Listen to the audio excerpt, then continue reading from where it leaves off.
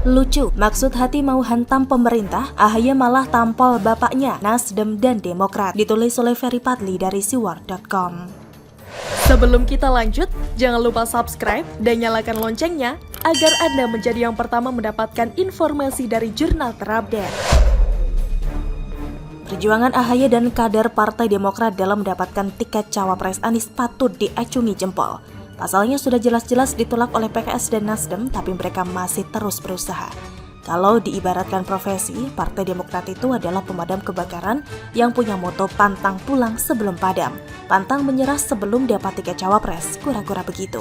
Pokoknya segala cara dilakukan demi saudara Ibas itu jadi calon RI 2. Mulai dari pamer prestasi SBY, promosikan tagar AHY pemimpin berprestasi, mengancam Anies, PKS dan Nasdem, kalau bukan AHY yang jadi cawapres Anies bisa kalah dan lain-lain. Padahal yang orang lain lihat sebenarnya bukan kata-kata saja, karena kata-kata bisa bohong, tapi rekam jejak dan kenyataan yang terjadi. Rekam jejak jelas tidak bisa dibohongi karena tidak ada satupun orang di dunia ini yang bisa mengubah masa lalunya.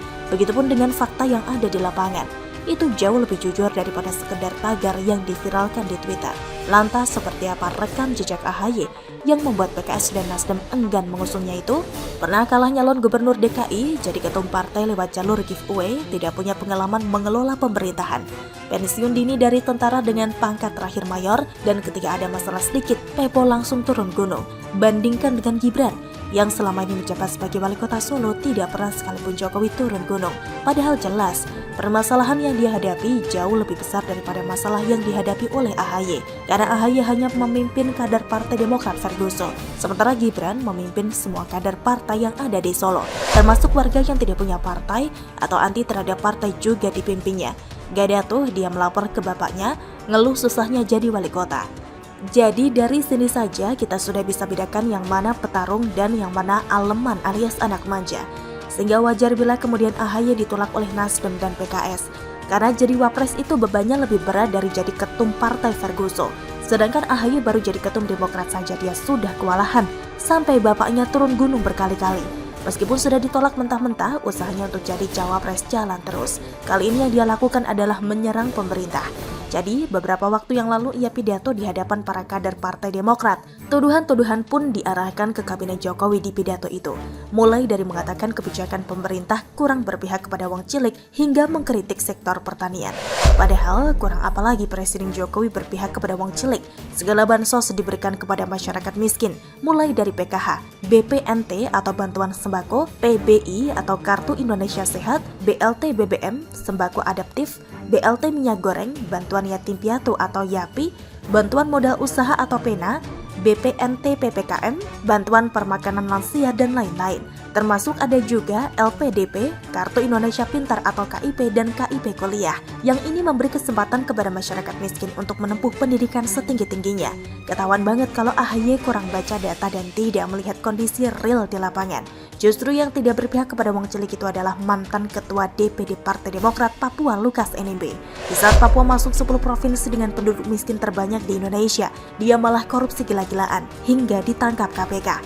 Inilah yang disebut dengan istilah gajah di pelupuk mata tak terlihat, semut di seberang pantai nampak jelas. Begitupun ketika dia mengkritik sektor pertanian, jadi kelihatan bodoh. Kok bisa? Karena apa yang dilakukan oleh AHY itu kan jelas tujuannya untuk meyakinkan Nasdem supaya memilih dirinya jadi cawapres Anies. Lah yang ini malah menyerang menteri dari Nasdem.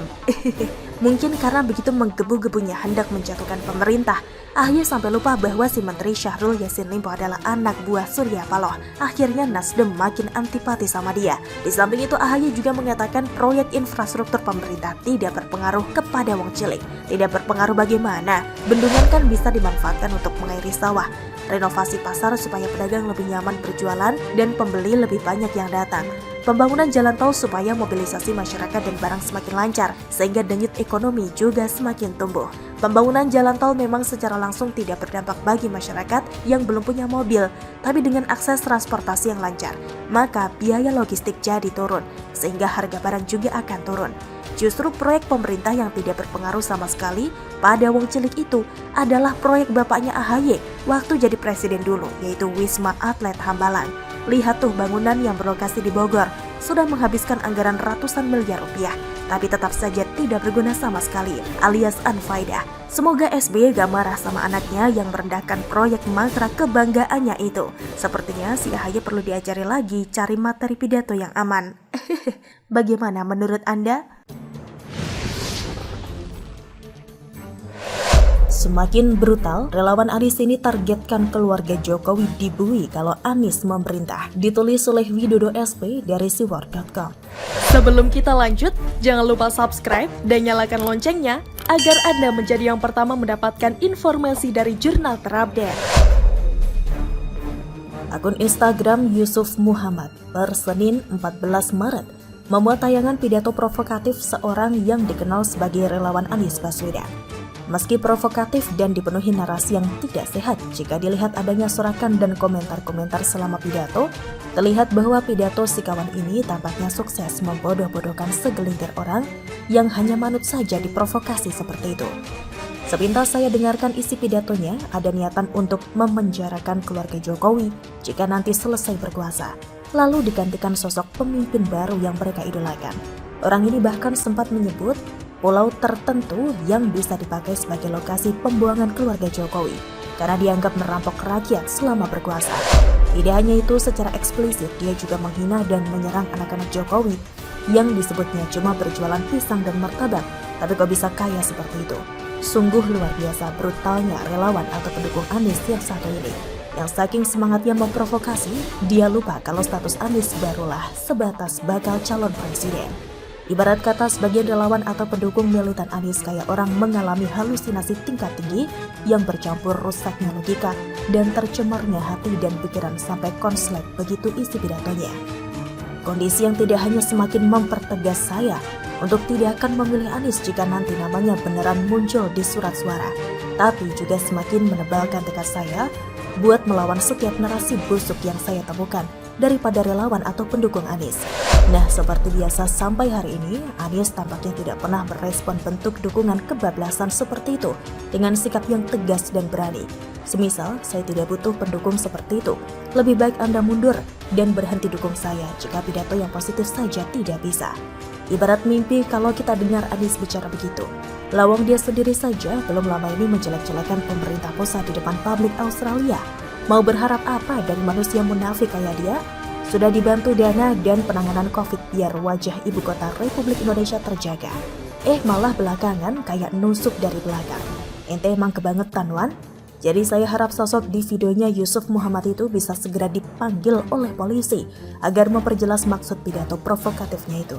Terus kalau bisa ditahan saja sekalian, karena sudah melakukan ancaman dan tindakan makar kepada sosok RI1 yang masih sah memerintah dan menghasut orang agar membenci keluarga RI1. Bagaimana menurut Anda? Begitulah kura-kura.